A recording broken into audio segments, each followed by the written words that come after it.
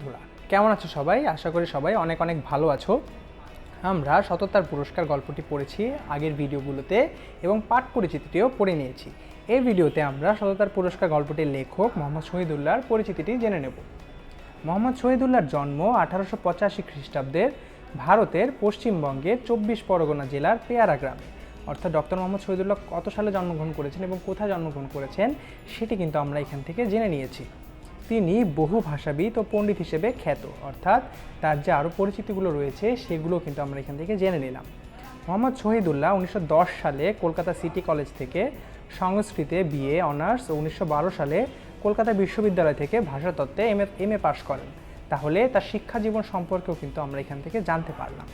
তিনি ছিলেন কলকাতা বিশ্ববিদ্যালয়ের ভাষাতত্ত্ব বিভাগের প্রথম ছাত্র। পরে তিনি প্যারিস সোরবন বিশ্ববিদ্যালয় থেকে ডক্টর অব লিটারেচার ডিগ্রি লাভ করেন, অর্থাৎ তিনি পরবর্তীতে কিন্তু প্যারিস যে সোরবন বিশ্ববিদ্যালয় রয়েছে সেখান থেকে ডিলিট উপাধি লাভ করেন, অর্থাৎ ডক্টর অব লিটারেচার ডিগ্রি লাভ করেন। বাংলা ভাষা ও সাহিত্যের ইতিহাস রচনায় তিনি অসাধারণ পাণ্ডিত্যের পরিচয় দিয়েছেন। বাংলা ব্যাকরণ রচনাতেও তার অবদান স্মরণীয়। তাহলে আমরা জানতে পারলাম কিন্তু বাংলা ব্যাকরণ রচনাতে তার কিন্তু অপরিসীম অবদান রয়েছে। কর্মজীবনে তিনি ঢাকা বিশ্ববিদ্যালয় ও রাজশাহী বিশ্ববিদ্যালয়ে বাংলা বিভাগে অধ্যাপনা করেছেন। তার কর্মজীবন সম্পর্কে বন্ধুরা আমরা এখান থেকে জেনে নিলাম। ভাষা ও সাহিত্য নিয়ে গবেষণার স্বীকৃতি হিসেবে তিনি অনেক পুরস্কার পেয়েছেন। ছোটদের জন্য তার লেখা রচনাগুলোর মধ্যে উল্লেখযোগ্য হচ্ছে শেষ নবীর সন্ধানে গল্প মঞ্জরি।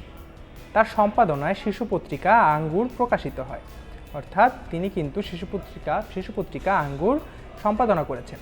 বাংলা ভাষার আঞ্চলিক অভিধান সম্পাদনা তার অসামান্য কীর্তি। মোহাম্মদ শহীদুল্লাহ 1969 খ্রিস্টাব্দে ঢাকা ইন্তেকাল করেন। তাহলে তিনি কোথায় ইন্তেকাল করেছেন? ঢাকা ইন্তেকাল করেছেন 1969 খ্রিস্টাব্দে।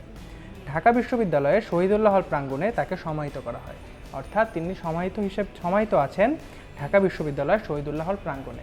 তাহলে বন্ধুরা আমরা কিন্তু এখানে ডক্টর মোহাম্মদ শহীদুল্লাহর পরিচিতিটি জেনে নিলাম। কোনো প্রশ্ন থাকলে কিন্তু আমাদেরকে অবশ্যই কমেন্ট সেকশনে জানিয়ে দেবে।